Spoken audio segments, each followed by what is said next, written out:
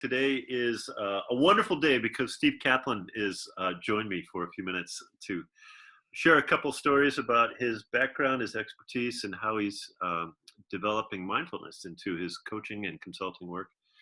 And by way of introduction, you'll correct me, I'm sure, but Steve is one of those brilliant guys who not only played football at Harvard, but then he went on to London, where he helped a number of consultants figure out how to improve their lives in the world. And later in life, figured out the power of Buddhism and mindfulness. How's that for an intro? Is that accurate?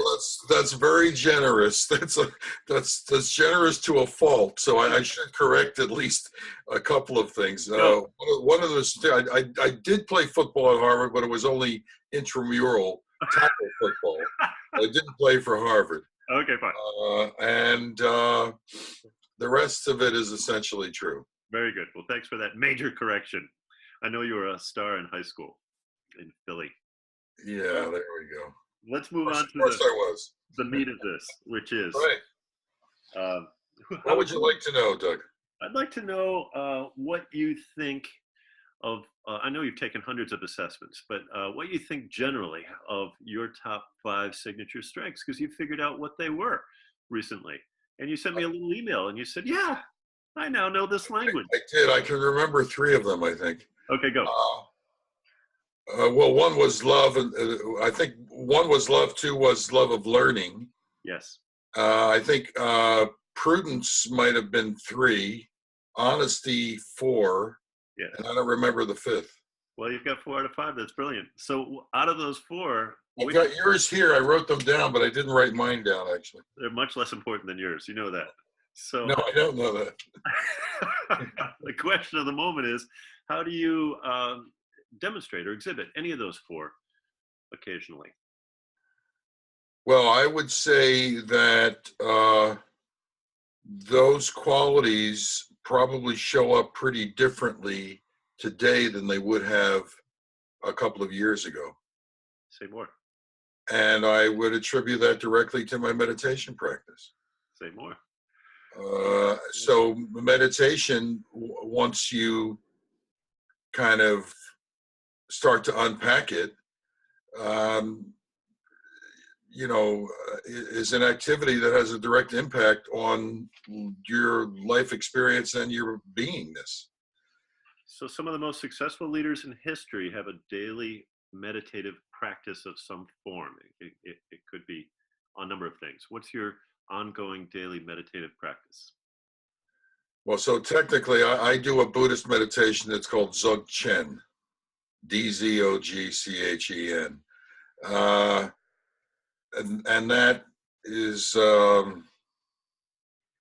it's a very simple process that speaks to understanding and having a direct experience of the true nature of mind from a Buddhist perspective. That's the cosmic thing. Can you give whatever that means? Whatever. Yeah, I want to know what that means. So that's kind of mindfulness on steroids. Okay. So how would I understand it in 30 or 60 seconds? Is there something I could maybe do? No. I need to hire Steve. No. So this is a bad analogy coming, and you'll forgive the association, but this is sort of saying, well, you're a swimmer, but could you understand what it feels like to be Michael Phelps? Yeah. And the answer is, well, probably not. And why is that? Because Michael Phelps has spent a lot more time in the pool, and he may arguably have a little more talent than you or I. So talent notwithstanding, and there is some comment to be made, sort of in a minor way about talent, only to acknowledge that people are built differently, and some of us have different aptitudes for different types of things in life. That's not to say that in Buddhism, there's the notion that we all have a, quote, Buddha nature. And what I would take that to mean is any of us is capable of doing this. Some of us may find it easier than others, and some of us may get there faster than others. But it's the Buddha nature speaks to how we're hardwired, and that's part of the that's part of the beauty of Buddhism, because there's a level playing field, and it is meant to appeal to anyone. But to answer your question, I would argue there's sort of three stages to meditation. One is mindfulness, and that's of course what everybody talks about these days. And mindfulness is good stuff. The simplicity of being present in the moment without judgment, yes, or evaluation. And should we all do more of that? Absolutely. From a coaching and a management and a leadership point of view, what does that do?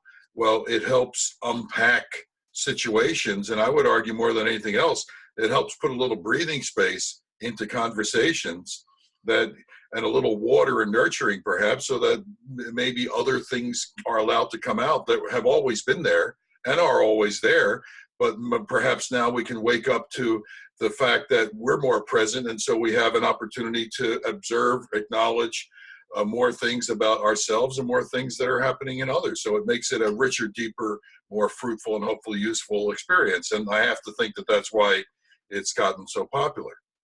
And why somebody in North Carolina has a license plate which says mindful. Yeah, well, I love it. That's spectacular. Okay, so keep going. What are 2 and 3? So in the beginning, because partly of the nature of these things, yeah, especially for the last 10 years, we're all hugely distracted, and what we find a challenge is to actually be able to concentrate. So mindfulness is the beginning of an antidote to distraction. Mindfulness is essentially meditation around helping the mind to concentrate.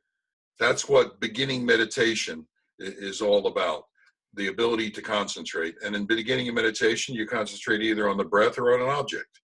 And what that does is basically say the mind's going, 19 to the dozen, and all that happens is you simply return your attention to the breath or the object. And over time, the mind starts to listen and learn that it can actually do that, and the thoughts can come and go. They're not that relevant, and we can actually build up this ability to concentrate. Perfect. So once one starts to develop the ability to concentrate, one has to then continue to develop it. And there's a thing in Buddhism called the elephant path, or the 9 stages of calm abiding, which is a historical thing. And basically it's a ability developed gradually to be able to concentrate, to be able to stay there, mm-hmm, concentrating, ideally for long and longer periods of time. Mm-hmm. Once one can, so that's 2. So the first is get rid of the distractions. The 2 is develop the capacity to concentrate. As one develops the capacity to concentrate, the third part is one has a direct experience of mind itself. So what is mind underneath all the noise? What is that thing? And most of us have no idea what it is. So, we could argue that we're all driving around in Lamborghinis and Maseratis, but we're in first gear because we don't know how to drive the damn thing. We're going 30 miles an hour when we should be going 300 miles an hour. And, flourish as a species, we need to not only be aware, we need to be practicing this in a mindful way, intentional way. Yeah. And so that's the third piece, is a direct experience of mind itself. And that has its own rewards. From a Buddhist point of view, you could argue, well, that's where the accumulated karma of how many lifetimes is burned off. But it also gets to the true nature of one's own being and the Buddha nature piece, and that is the notion that, guess what? We're all kind and compassionate naturally. So there's an increased willingness and ability to want to help others improve their lives, whether it has to do with, becoming a meditator or not, that's not the issue. It's the heartfelt part. Yes. Which brings us back to the beginning of the 5 traits, because I can guarantee you love wouldn't have been my number 1 trait 2 or 3 years ago.